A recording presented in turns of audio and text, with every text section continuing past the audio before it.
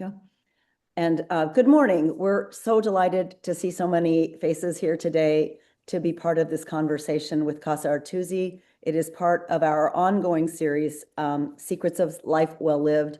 We believe that the Italians, especially those in rural places, know some things about living that we could learn from. So we have this series, we started it in 2020 to share perspectives from people who we know and love, who are passionate about their culture and their heritage and about how it is relevant in today's world, how it's being continued through current traditions. So we're grateful for our panel today. It's an active panel from Casa Artusi to talk about Italian cuisine. And thank you for coming. I'll turn it over to Anna Bonavita now. We are recording, and so please leave yourself muted until we get to the end when we'll answer any questions. But you can certainly feel free to chat those in throughout the session, and we'll either answer them along the way or we'll get to them at the end. So thank you so much for coming, and here's Anna. Buongiorno, everyone. Buonasera to Susie and our friends at Casa Artusi. I'll introduce them in a moment. I cannot be happier at this particular moment to be with all of you, because I have never felt the need to be together with others as strongly as at these challenging times. And the more I think about it, there's nothing more universal that connects us, besides breathing, perhaps, than water, than food. And in my humble opinion, there is no other cuisine that is as welcoming, as democratic, and as universal, and universally loved, I should say, as the Italian one. To me, the fact that in December of 2025, the Italian cuisine got the UNESCO recognition as patrimony to the humanity was something absolutely obvious that must happen. However, behind this recognition, there is a very long period of hard work. And we're here to learn more about this hard work that was done by some of our friends. And we're also here to celebrate the Italian cuisine.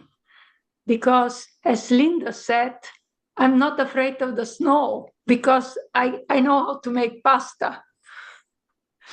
And we shouldn't be afraid of anything, because as long as we can put food on the table made with our own hands, and we invite everyone over to sit next to us, we'll be fine.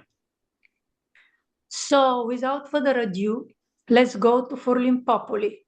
Forlimpopoli, to those of you who haven't been there, is a small town, population 13,000, not very far from the sea, not very far from the Apennines, full of treasures, but the most important buildings there for us is Casa Artusi, the foundation of Casa Artusi. And why the foundation Artusi is so important is because one of the three entities that participated in the creation of the dossier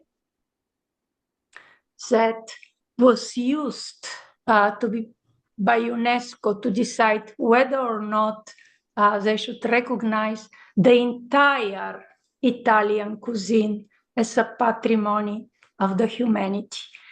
And Esperienza has been friends with Casa Artusi from the very beginning of the Casa Artusi. So we feel very proud, very connected, and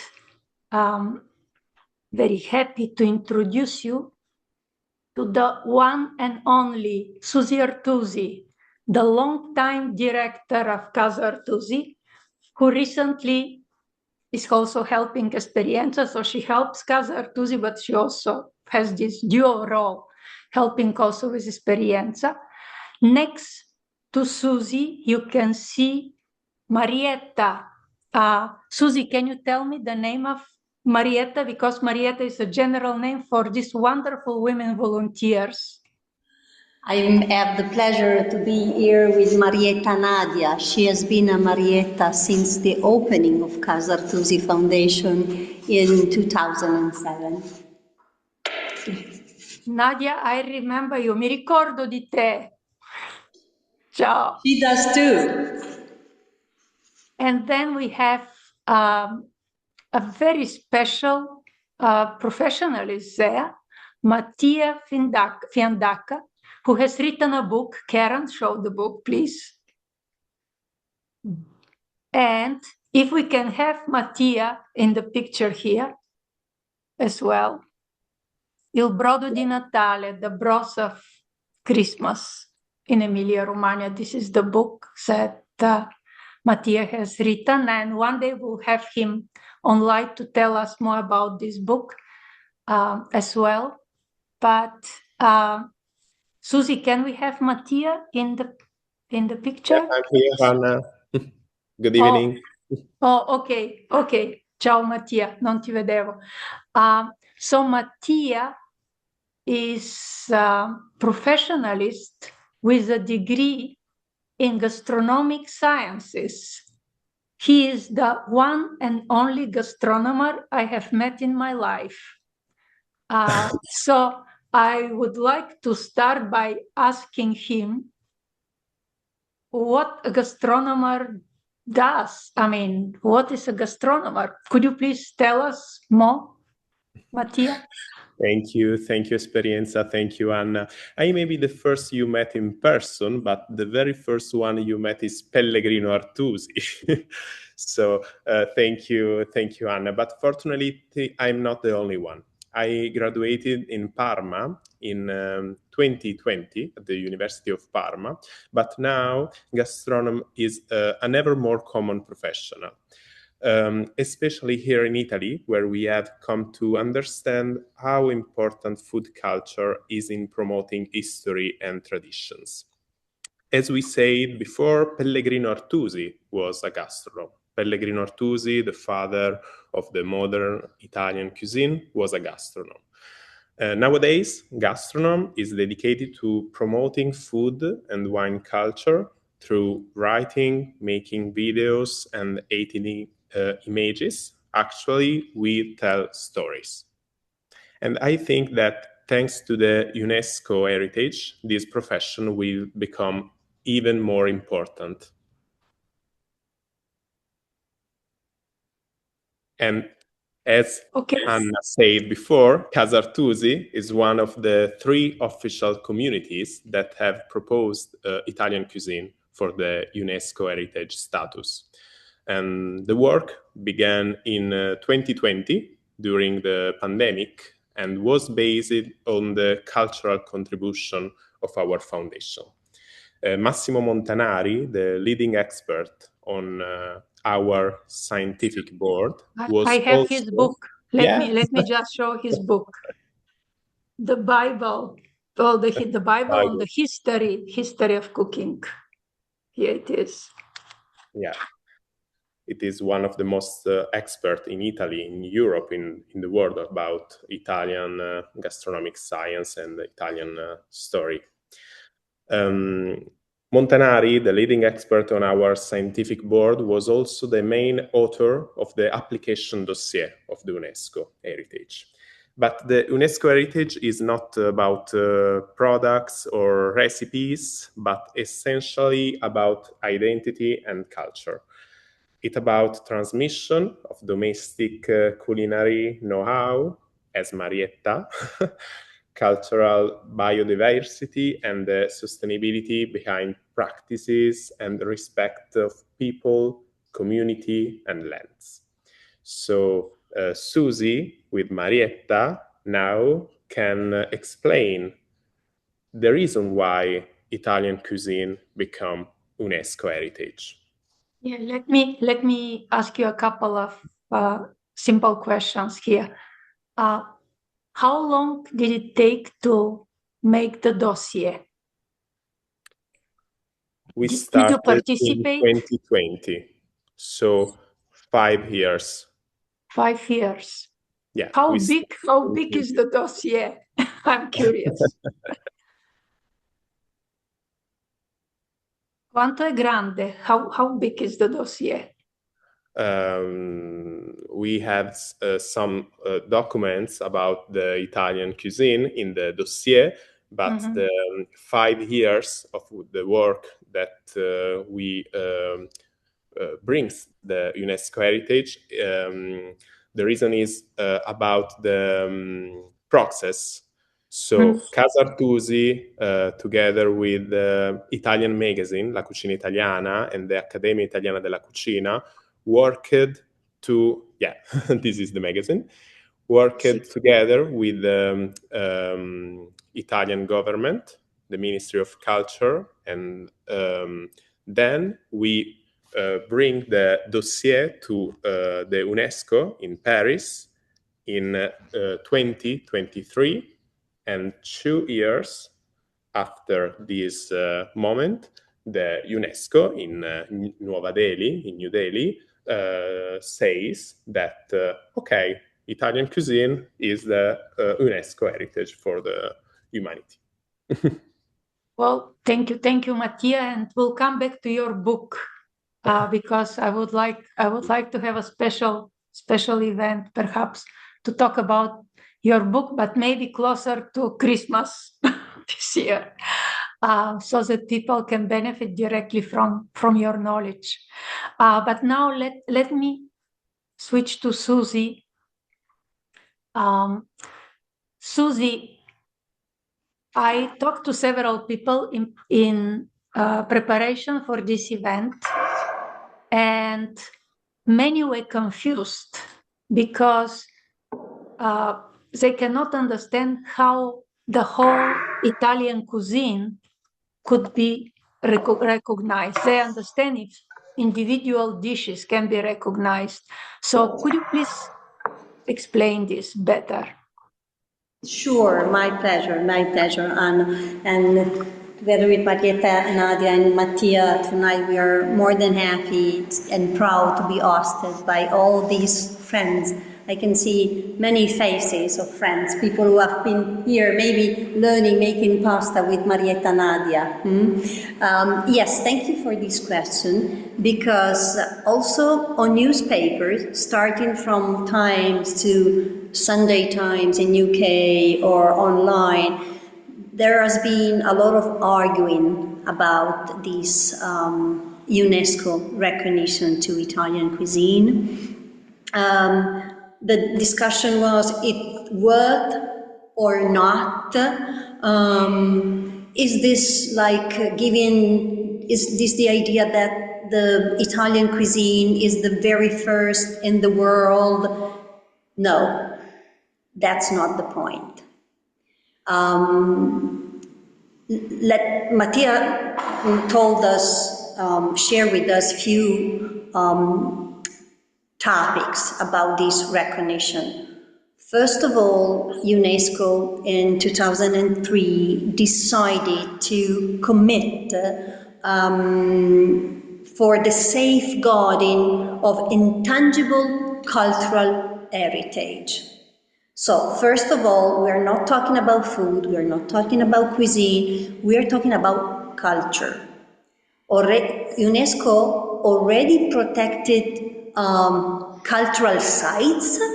Okay, we all know that UNESCO protect monuments. Okay, and it's easy for us to understand. It's a monument, it's beautiful, we have to preserve it, we have to have a safeguard plan. It's easy to understand, okay? But when we talk about intangible culture, things becomes a little bit more complicated. The idea of UNESCO is protecting living practices. Let me make example. Knowledge, rituals, traditions, craft, food culture, music, festival, artisanship. This is culture. okay? And the process, as Mattia describes, is not a top-down selection, okay? The process works like this. First of all, there must be a community. So it's not a brand, okay? We need at least a community to prove that this kind of practice, let's call it like that, let's call this culture practice, okay, is alive. In Italy, we had 3 communities promoting the recognition. Casa Artusi Foundation, because of Pellegrino Artusi. Get the book, Nadia, prende il libro. Here we are. Because thanks to him, we have the first national Italian cookbook in Italy. But let's focus for a second. When we say the very first Italian cookbook, we are talking about a book which has been composed and printed after unification of Italy. Every time, and when we welcome our guests, especially because we usually meet in Bologna, on the Via Emilia, on the Emilia Road, built during the Roman Empire, so 2,200 years ago. We are so proud to welcome people with this 2,200 years old history, okay? But going ahead during our tour, we all understand, and we have a chance to share with our people that everything we see, all the people we meet, all the kind of esperienza, the experiences we live, they have very deep roots. If we talk about Roman, we were discussing with Mattia before, if we talk about Roman, we talk about at least 2,500 years ago, but of course, in our peninsula, we may talk about civilization starting at least 3,000 years ago. So, do you catch what kind of stratification of those knowledge, rituals, tradition, craft there is? Another discussion that we usually have during our tour is we start discussing about tradition and innovation, talking about food. Thanks to Professor, puoi andare avanti un po', piano piano, because at the end, you know, we may decide to have some pasta. Thanks to Professor Massimo Montanari, we learned that talking about tradition and innovation, like something that is separated, talking about in food culture, it is a nonsense.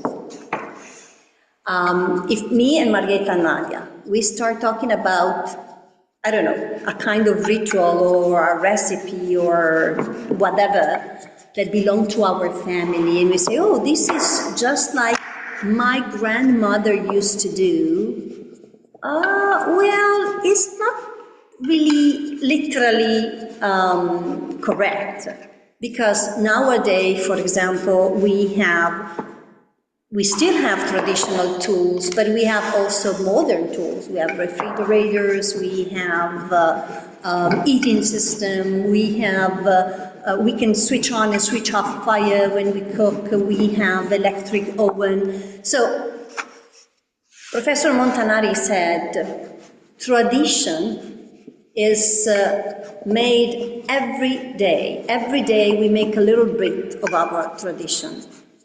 Something that is tradition nowadays, there was a time where it was innovation. Because if I cook, and I cook my grandmother's recipe, and I say, okay, too much butter, now I like less fat.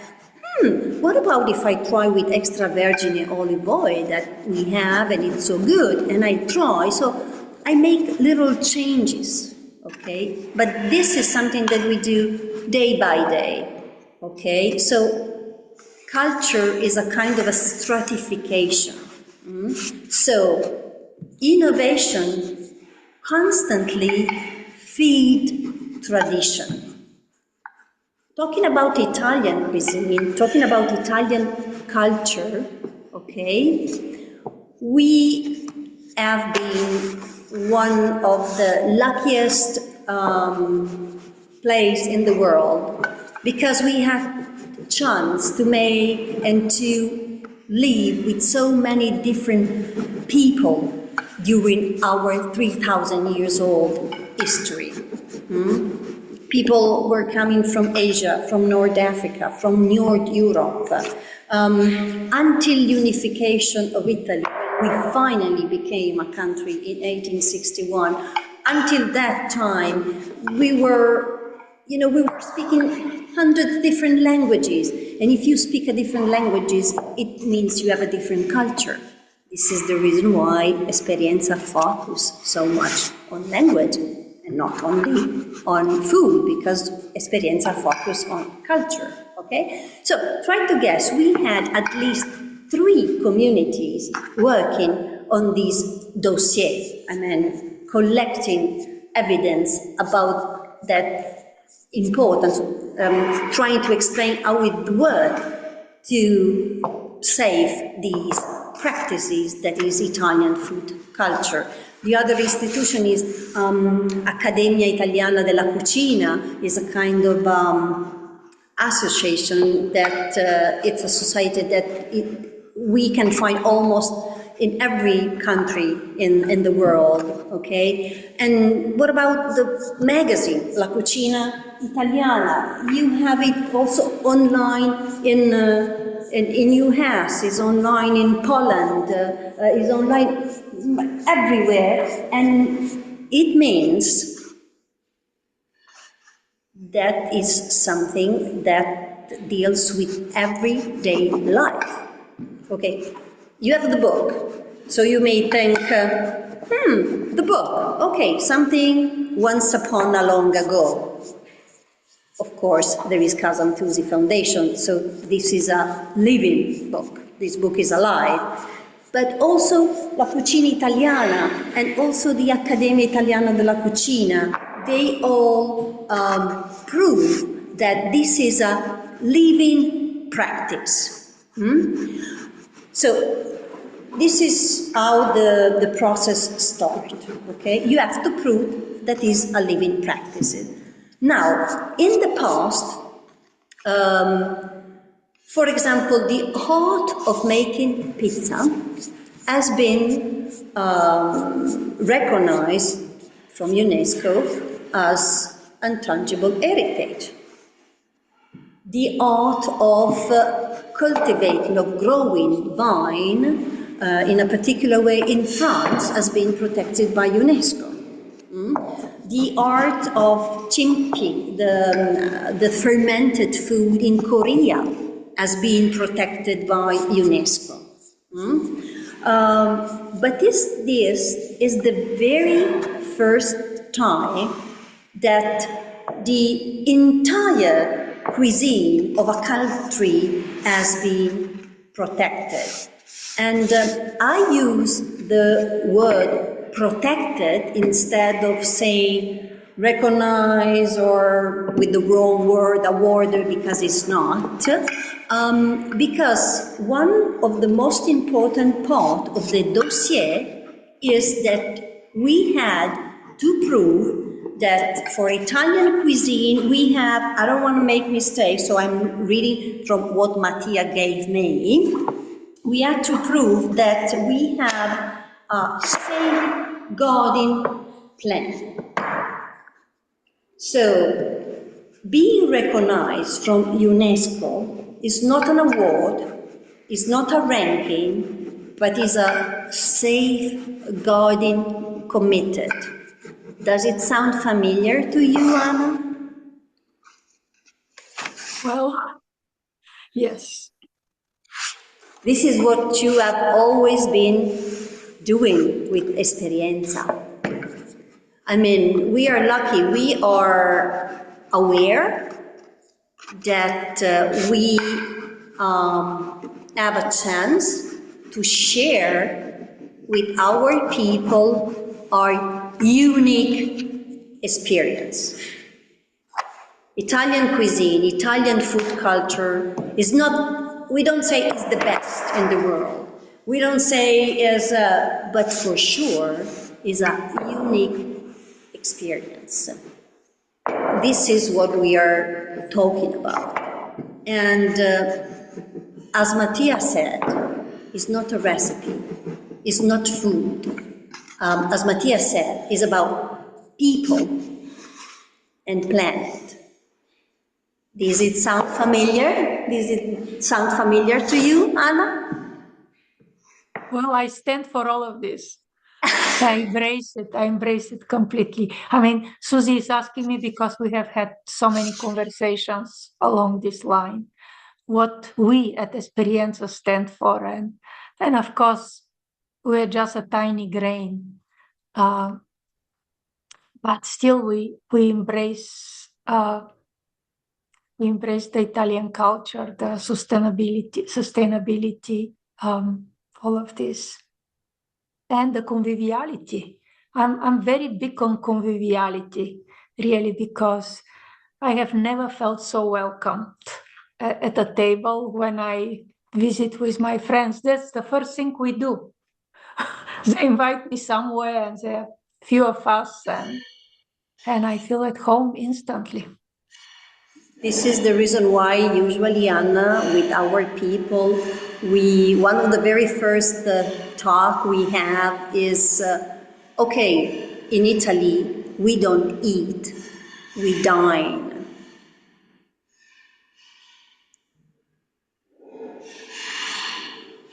It's not simply, we were discussing about this with Mattia.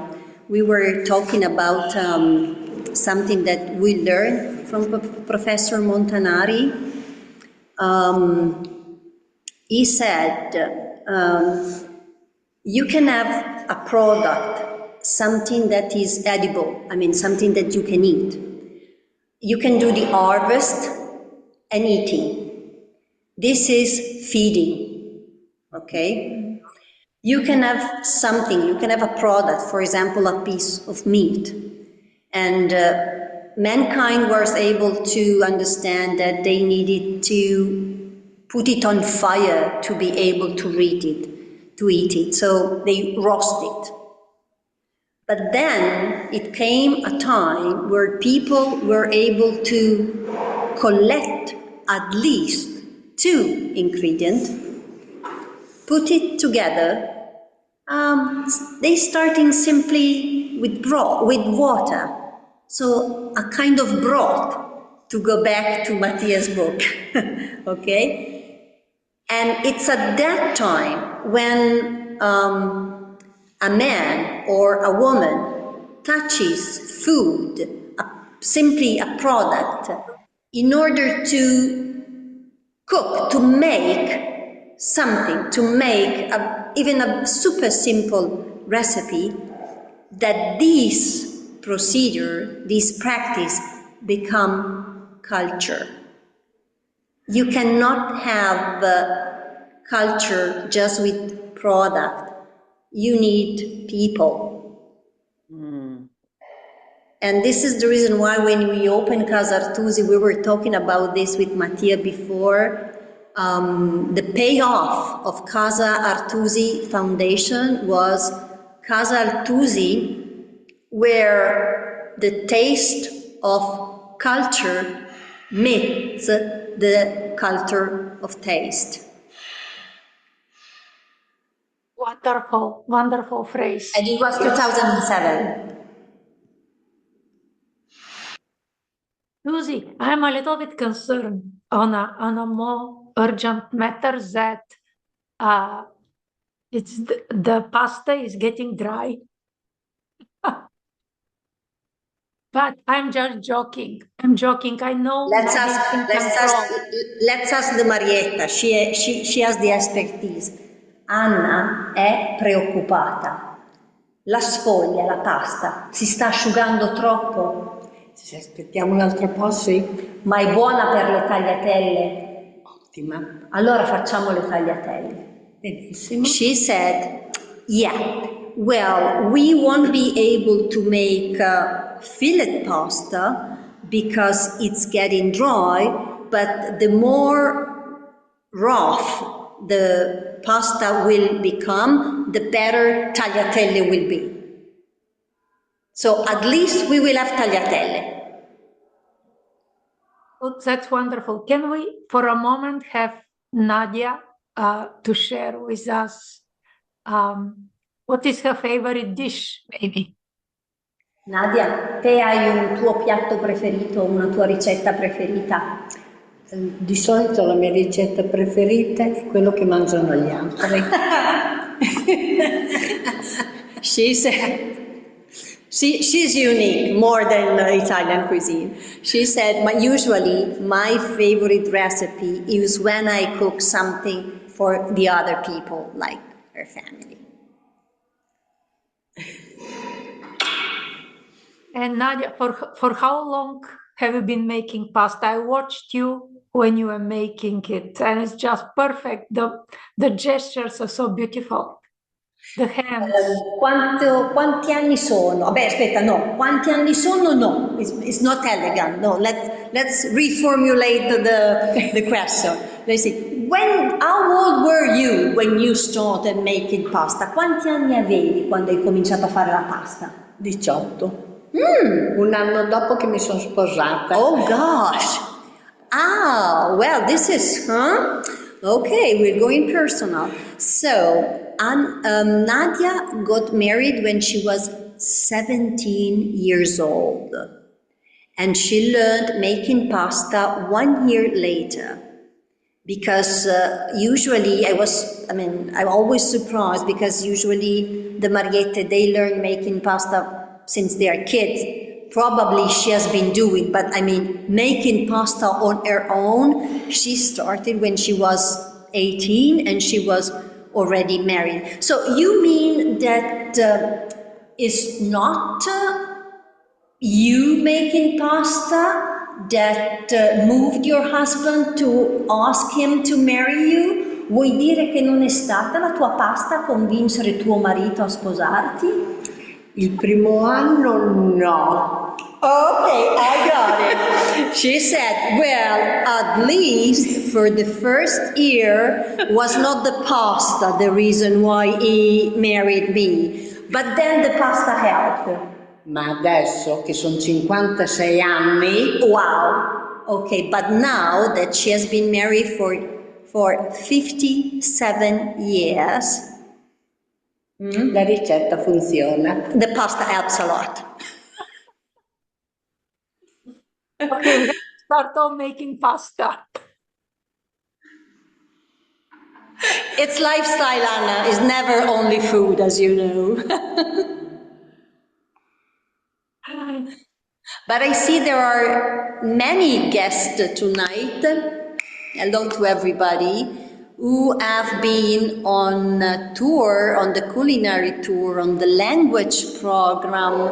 And aren't you curious, Anna, to ask them if, I don't know, because I know that many of our guests have been traveling in Italy before being in Italy with Esperienza. For example, I don't know, Linda, she has been also attaining cookery school in Florence. The Gelman, they have been traveling in Italy other time, and so other people. So I was curious, Anna, to know if, I don't know, their idea of Italian cuisine changed after their experience with Esperienza. I don't know. I would like to ask this as well because me personally, I see huge difference between Italian American, forgive me, Italian American cuisine. And yes, Italian. of course, that's the best part, because in every country you go, you meet a different culture. So you have a different cuisine. That is great, okay? But my idea is, if you had a chance to experience Italian cuisine and Italian lifestyle before traveling with Esperienza, after traveling with us or after doing the Italian immersion, what's changed? I was curious about this. Anyone wants to answer? I see Linda is lifting her hand. Oh, she's ready. She was born ready. Yes. Yes. I became a pasta snob after I returned from Esperienza. That I don't like out of the box. It's just as easy to make. And Susie mentioned dining and spreading out and enjoying the meal and the food and the companionship as opposed to sucking it down. I savor the flavor now more of the Italians and work a lot harder to get locally provided vegetables when the farms are working. That it's changed my outlook entirely. I could go on forever, but others can talk. I did make a difference coming back, and then you get into snobbery of whether you want harder or more al dente, or do you like it mushy, or do you like to use a different flour? I love it. Thank you, Linda. And anyone else want to step in? I will. I too resonated with the idea of eating versus dining, and even going behind eating to talking about feeding. Like, feeding is just about survival. Eating is about kind of getting by, and dining is an entirely different thing. And it does not just imply the quality of what we're eating, but the way we're eating it and who we're with and how we're experiencing the meal as a whole, as a community. But to your point, Linda, when we know where the ingredients came from and we have a connection with the people who brought them to us, even if we're dining alone, we can feel that. We can be dining in community with the way the meal got to our plate. And that's just a beautiful thing that I think I've kind of absorbed in my time with Esperienza and the times that I've gotten to travel with Esperienza. I mean, I'm part of the team, and so I get to experience it a lot. And when she said dining instead of eating, that really crystallizes to me the difference between food as a cultural experience and just eating, which I love to do, but dining is so much better. I see Marianne's hand is up. Yeah, I had been making many Italian dishes since I was a little girl and learned from my mother. But this last trip with you folks this fall, I became more engrossed in wanting to experiment, like Linda said, with different flours, different ways of producing things. I've become not only just pasta, but focaccia now. Biscotti. I made so many biscotti for Christmas, but more willing to share them with others too, and be proud of what is our culture, what we make. I made the anise flavored biscotti, and my daughter took one whiff and said, "It's the cookie of my childhood," because my elderly aunts had made them for her all when she was a child. And so we eat a lot of Italian, much more Italian food than before, but as an experience, right? It's just wonderful, wonderful. I can't wait to come back. And we all look forward to welcoming you all back. I have a question for Nancy. Does Mr. Petit still cooking or is stopped?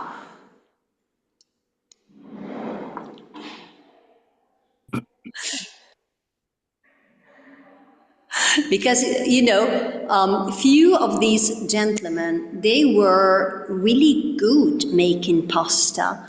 I mean, we were talking before, we were going through our pictures, and Anna and Marietta Nadia said, "Oh, I am so impressed."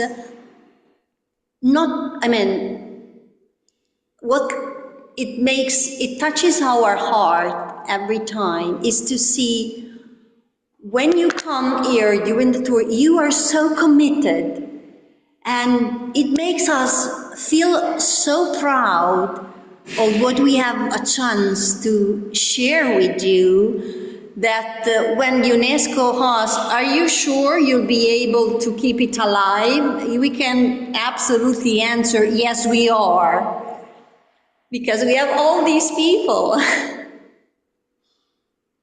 Frank, I see your hand is up.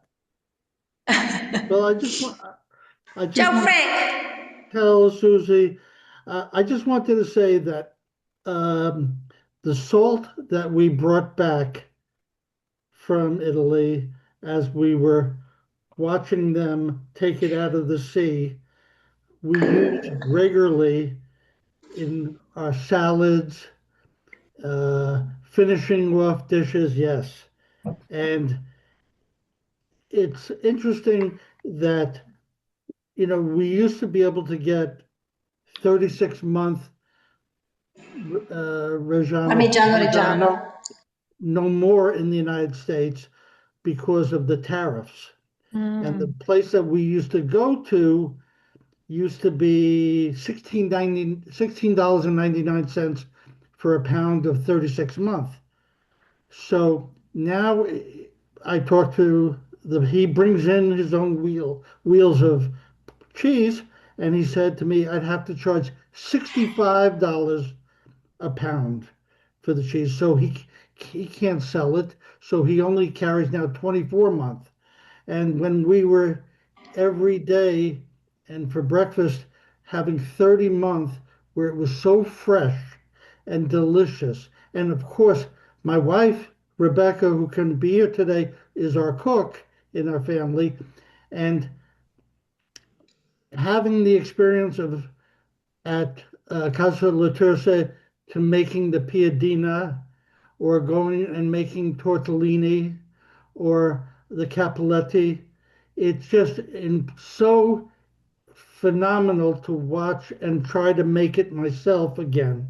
And now I don't ever order pasta in Italian American restaurants anymore because I was spoiled by eating such delicate and delicious pasta. We were happy to share. We were happy to share. I see Francie is unmuted. I think you wanted to say something, but I would Ciao, also Francie. add that one of the very first things I said, which heard was the secret ingredient in making this beautiful pasta that we've been watching Marietta Nadia make, is love.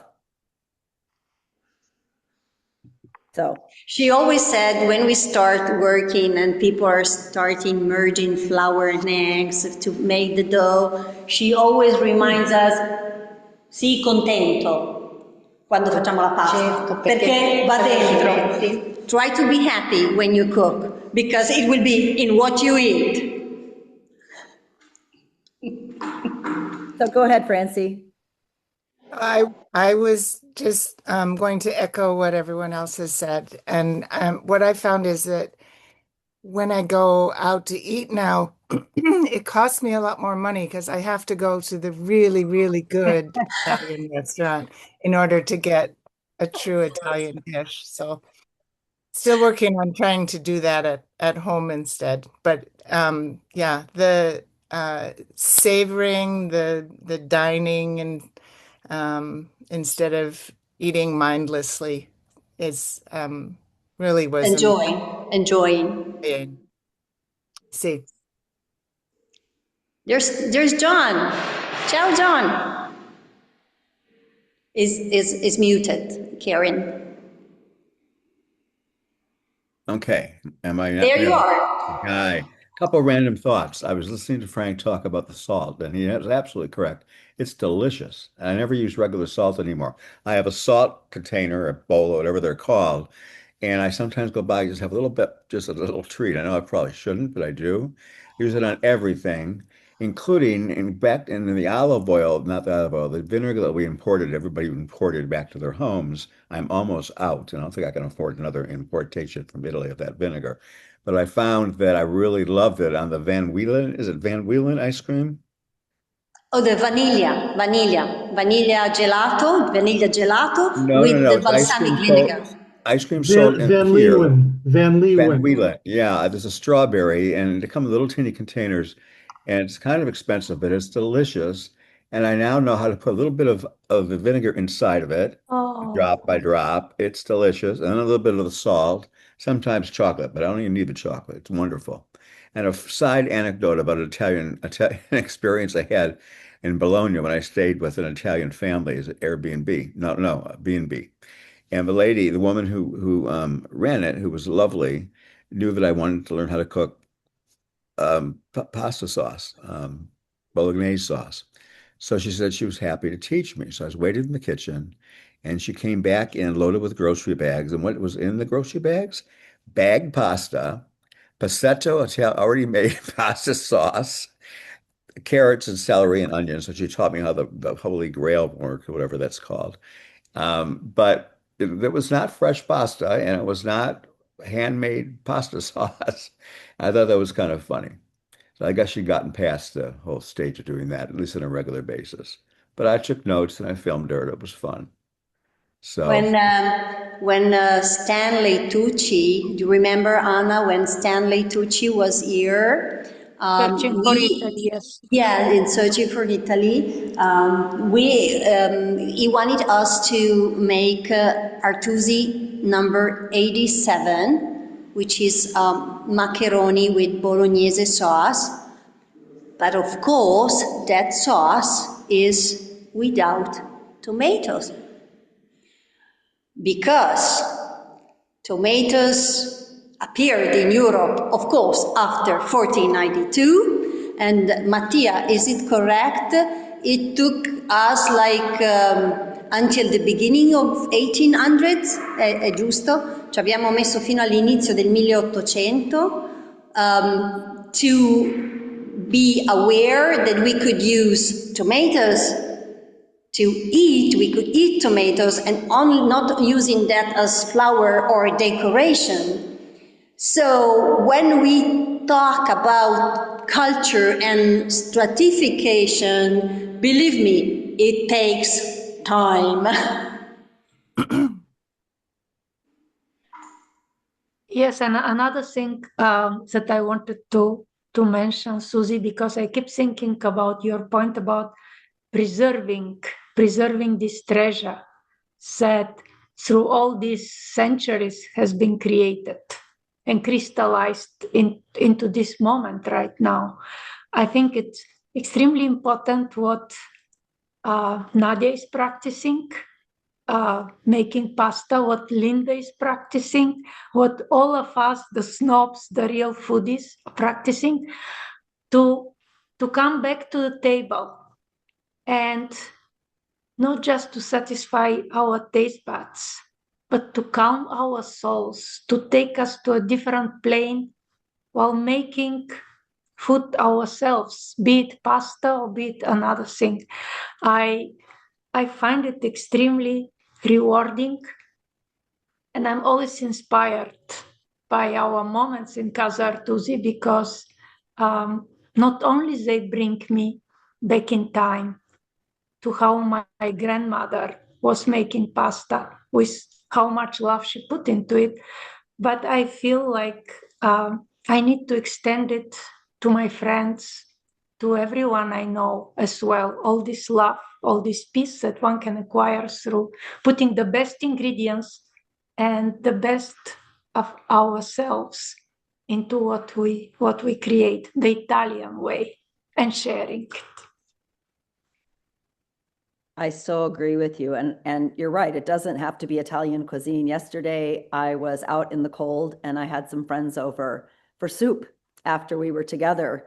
And it was just a very simple soup and bread, but it was a beautiful moment of just sharing a meal together that, you know, had fresh ingredients and was made with the idea of using it as a way to connect with these people. And we can all learn from that. We can all adopt that in our daily lives. I did want to ask a question about the preservation. You said you know, because I was thinking when you were talking about the protection offered by UNESCO, and I thought to myself, how is UNESCO protecting Italian cuisine? And then you said it's built into the application, the safeguarding. What does that look like? What was the nature of those protections and safeguards? What was proposed? Yes, we were talking before with Mattia, trying, to remind all what we put in the dossier and everything. So each communities proposes a plan. For example, Casa Artusi Foundation proposes, of course,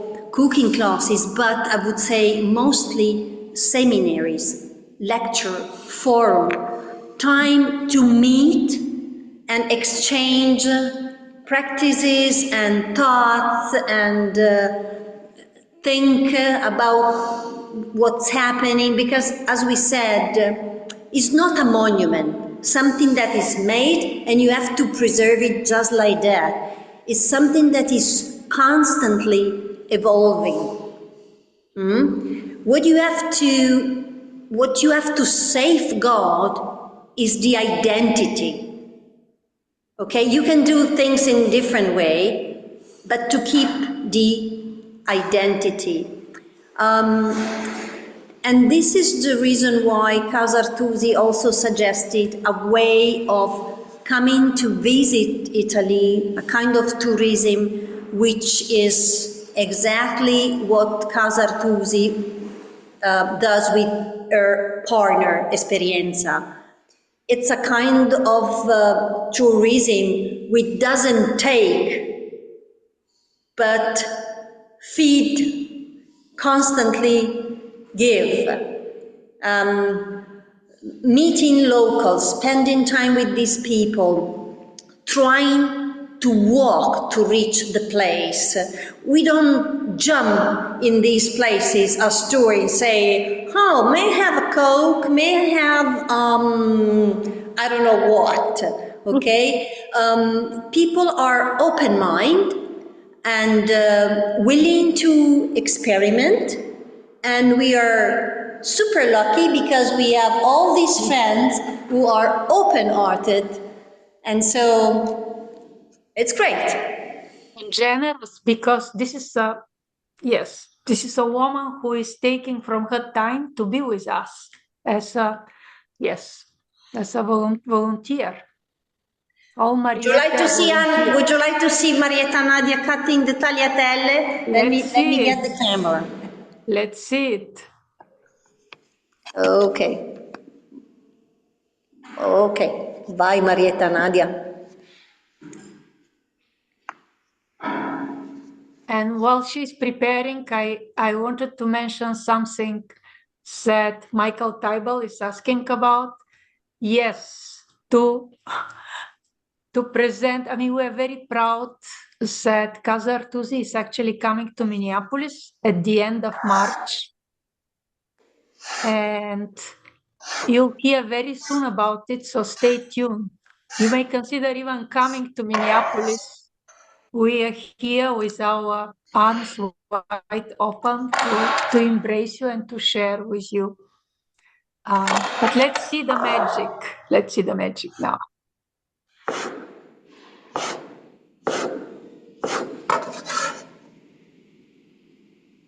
That's the best part. Yeah, my favorite too.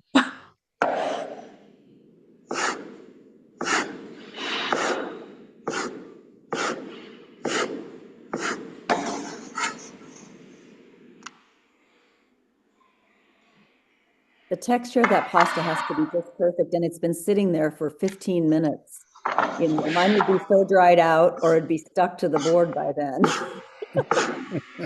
Tagliatelle is the most forgiving of all pasta. It's fine. Marietta But Nadia. Oh God. She's pro. It would be a mess only for me and you, Karen. She's pro. She is. And I mean, even someone like me who is not a very good pasta maker, and if you cannot get it that thin, you can actually cut it very thin. in a way, to compensate for the sickness of the pasta. Tagliolini, tagliolini, tagliatelle, tagliolini. Anche italiano.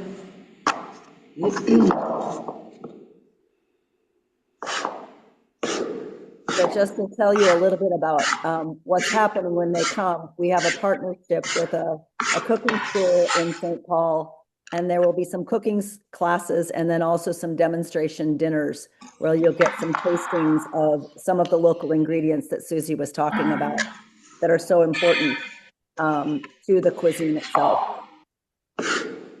And Susie will be visiting with Chef Matteo, who some of you may remember, may have met. Mattia is coming too, so we can say goodbye to everybody. Mattia is coming. Oh, good. Yes, Amelia, you had a question too, but go ahead. You raised your hand, Amelia. You just need to unmute. Beta. Oh. She can't find the unmute. You want to chat it in? The mute is, well, the microphone is to the left of the screen at the very bottom.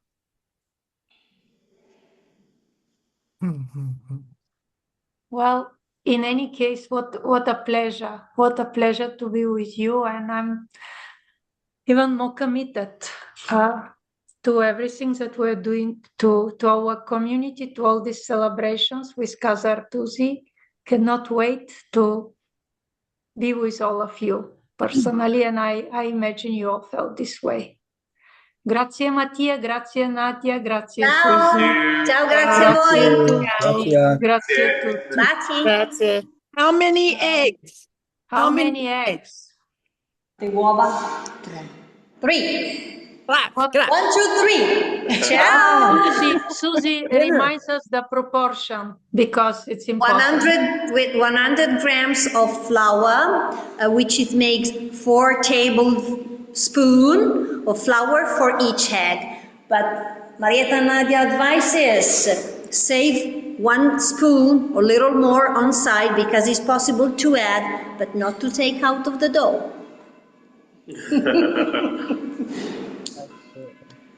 Ok, And there's the grazie di church bells. nuovo. Ciao. Thank you everyone. Ciao. Stay warm, stay warm.